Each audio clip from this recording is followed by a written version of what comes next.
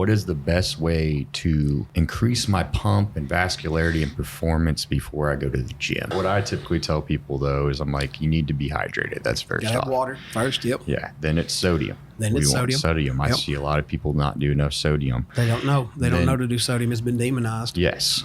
And then I avoid too much caffeine. So too much caffeine is a vasoconstrictor. It very much is. And that's why, like, you'll see these compounds for pre-workouts have 300, 400, 500 milligrams of caffeine. It's insane. And it's contradictory, right? Yeah. You know, you've got these compounds in there that are vasodilators, meaning they open blood vessels. And then you've got such an immense amount of caffeine that it works as a vasoconstrictor. Not to mention, man, like the half-life on caffeine is longer than a lot of people think. Yep. So it's not like you're just going to drink it and feel it and it's going to be gone. It's going to last a bit longer than you think.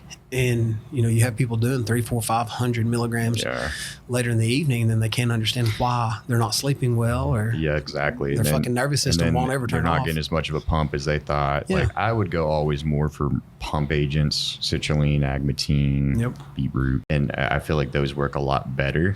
Yeah. And then with my stimulants, I typically only go to about 150 to 200 milligrams of caffeine, sometimes less. Like for example, with galvanized pre-workout, I only take half a scoop. Me too. That's all I need. Me too. It's galvanized is 200 per serving. Yeah. And I'll do half a scoop, and then I'll do a full serving of the pump enhancer. Yep, exactly. And, you know, if I'm having, like, say I'm a little more tired, then maybe I do, you know, closer to 3/4 or a whole scoop. But most days I'm just doing that.